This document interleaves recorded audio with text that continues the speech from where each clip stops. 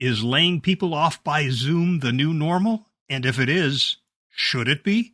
Whether remote layoffs are having the same impact on the employer brand that they used to is our topic of discussion for this short midweek episode of For Immediate Release.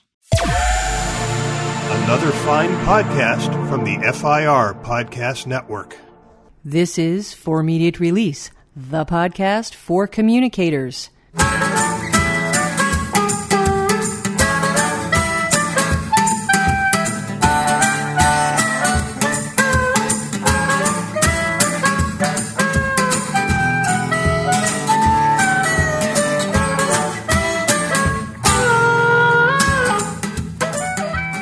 Everybody, and welcome to episode number 327 of For Immediate Release. I'm Shel Holtz. And I'm Neville Hobson. The practice of firing people via Zoom or email seems to be picking up steam at the moment alongside an increase in layoffs, particularly among the professional classes where many people are still working either fully or partly remotely. So are layoffs via Zoom here to stay? It's something that we've talked about quite a bit on this podcast in 2022. In fact, starting in 2020 when the pandemic took hold and we were all in lockdowns and working from home, that novel experience that many people in many countries were part of, that's sort of stayed. But there are some trends, you could even call them, of companies now wanting people back in the office. And so this is picking up steam, as is changes or a change in economies that lead to the practice of firing people, lots of them. And the nature of things these days seems to be that this is okay to do via Zoom, doing it remotely, particularly if your employees are remote.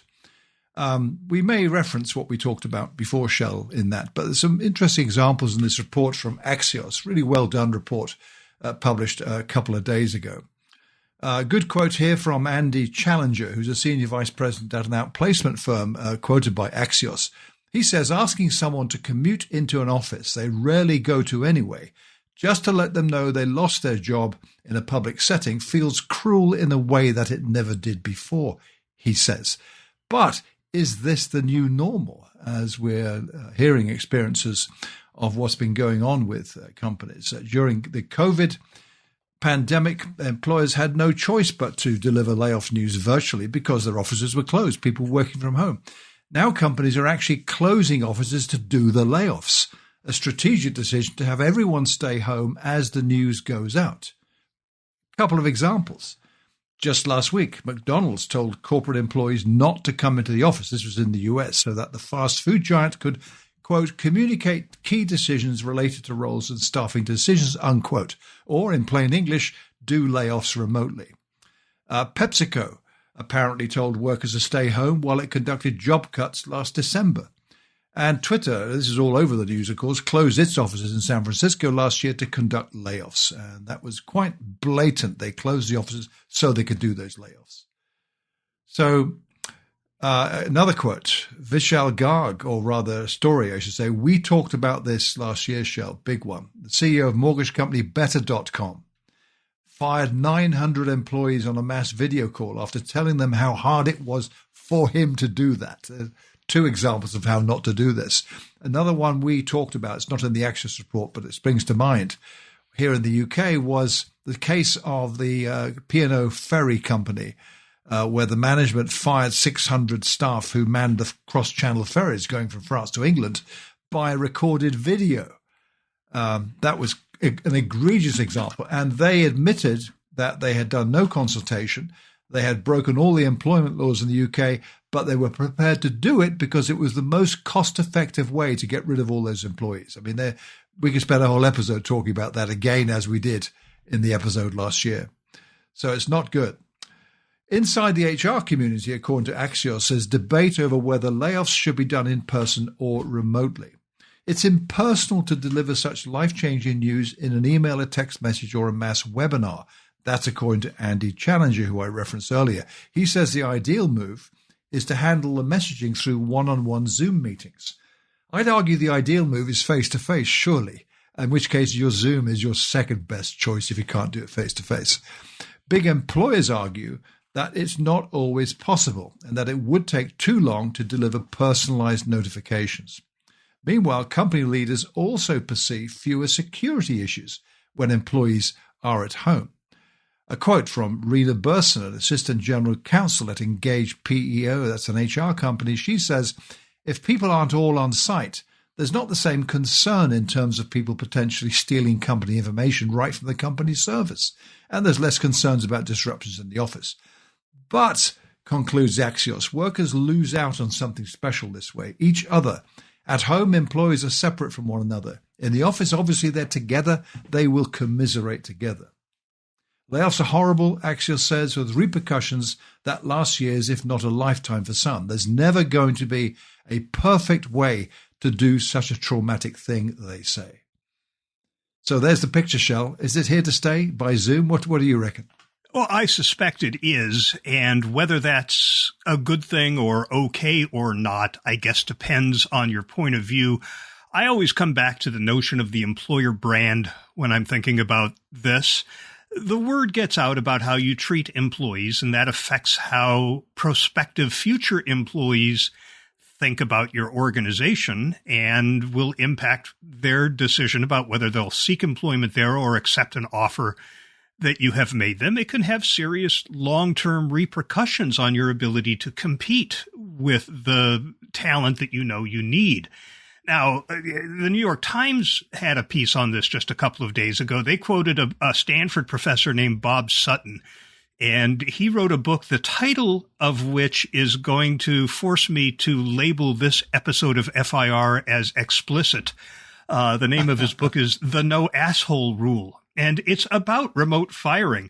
And what he said in this interview with the New York Times is, if we had this conversation 3 years ago, I would have said this is cruel and unusual punishment, but it's changed so dramatically since the pandemic that I'm confused. And I think a lot of people find themselves in that position.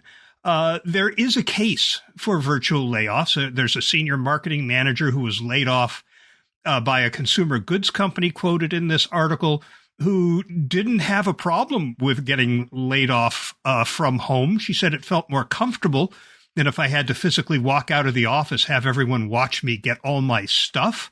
And I think that's a valid perspective, especially if you're already working from home. But there's another quote in here, or a point that's made, that when layoffs are done remotely, managers don't necessarily feel the human cost of their decisions. It just makes it much easier to let people go. And as you noted a minute ago, with an in-person notice, workers do get the chance to say goodbye to those coworkers who are in the office. So, there's that. And when it comes to McDonald's, that as for the virtual nature of the layoffs, they said that in the past they would have done these with people waiting in the office so they could be called into a room where they learn of their fate. This way is more respectful, they argued, and that is aided by the fact that more of them are remote anyway. And again, I think that's not an illegitimate perspective, but I think you have to balance it. Are you going to make people stay home so that you can tell them remotely because you don't want to look them in the eye in the same room? What is the impact of that? I mean, we have to remember that these days, and we talked about this recently, that when Disney closed down that whole metaverse unit they had, 50 or so employees, most of them posted on LinkedIn about how that made them feel. So the reaction that people have to this is very public these days, and that becomes part of the public record, especially when news outlets like the New York Times and Axios write about it. People do a search on a company, find that this is how they treated employees, and say, no, thank you, I'll find a different job. So I think this is where a communicator should be part of the decision, and maybe you do the layoffs over Zoom with the people who are already remote. Do them in person with those who are working in the office. And, as for that argument that the big companies don't have the time. I think you have to balance that time with the need for talent in the future and the impact your decisions will have on your ability to get them. I think it's interesting because things have changed so much. You mentioned that quote from, I think it was Sutton, maybe, but yeah, okay. That even in just 3 years, things have changed. I think it's interesting. I don't disagree with you at all. This idea of people hear about this behavior, it influences perhaps them when they decide whether or not to accept a job with that company in the future. That's how things have been for years. We're now in a different situation, and I'm thinking that the idea of firing someone here, you call it being made redundant. In the US, you call it layoffs. Either way, it's the same outcome. You suddenly haven't got a job anymore. Legally here in the UK, it's the positions being made redundant. That's the legal terminology, not the person being fired. So if there's no job, there's no room for you in the company. That's the legal perspective on it. But I think, the picture being portrayed by many, and it's probably true in many cases, is of this uncaring employer who just dumps the employees in order to save money, or however it's seen, and people talk about it that way. I don't think that's always the case. I think many companies, and indeed I'm thinking of one in particular I know of, who struggle mightily in this. It's a dreadful thing they're going through to get rid of valued employees, and they do it in a way that is the best way they possibly can, they say. And in some cases, the severance payments are generous. So it's not like you're suddenly being thrown out the street and you've got no money. Not at all. It's far from that. So I'm thinking this is a shift in how it's being executed, let's say. And yes, people will bitch and moan and complain and grieve openly in public fora that put out their point of view. I don't think that matters as much as it might have done in the past, where we're in a new territory now, where the notions of loyalty have disappeared on both sides. We hear about, we've talked about this in FIR too, the idea of ghosting, where you offer a job to someone and they never show up. Or a company, the would-be employee would like to, but suddenly the paperwork didn't come and the person's not returning the calls, so the job isn't there at all, really. So that happens. And I'm thinking that maybe that influences people's behaviors in terms of the companies they work for, where they know that the old-fashioned ideas that their grandparents had, not their parents, their grandparents, which was job for life, retire at 60, and there's a pension at the end of the day, same job all your life. Those are long gone, that idea. So the idea of going to a company where you will give them your loyalty as the employee sort of requires a reciprocal behavior by the employer. And we've seen examples, we've talked about some of these, where people are treated really poorly by some companies. And so it's no surprise they've got no loyalty. So in my view, that's a key element in the shifts that have occurred. So I'm not so sure whether someone, getting laid off and then writing a bad review about the employer on Glassdoor is really going to matter that much these days in the future at all. But you're right, nevertheless. You could argue that, well, there's a right way of doing things, isn't there? And there's a wrong way of doing things. How do you feel about your behavior, Mr. Employer? So that matters to your overall reputation. So all that's as part of the debate. In the meantime, I think Axios is right. This is part of the landscape now. You will see people being fired, not necessarily mass firings, but generally. And I'm waiting to hear someone talk about, I just resigned in a Zoom call to my boss, So I've not heard. I'm sure it's already happened. I'm sure it has. I've not seen anyone talking about it though. So yeah. We're in a different landscape now, where those old rules, I'm not so sure, are the guidance for what's going to happen in the next couple of years. Right. No, there's unquestionably going to be new rules. They're being written as we speak. My concern is that when organizations opt to do it the second best way when they didn't have to, or when it didn't make sense, that's when people are going to feel mistreated. And, Glassdoor is one thing. And by the way, negative reviews are aggregated in a score at the top. Nobody has to read the review to see that your score as a company is a 2.2. So, I mean, that's going to hurt all by itself.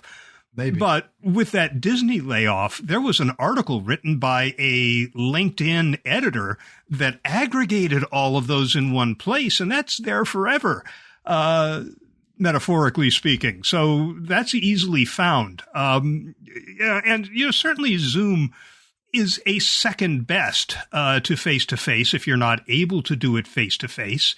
It sure beats that impersonal email. There's a Google executive named Kim Scott, a former Google executive who wrote a book called Radical Candor, who said it's very hard to care personally over email.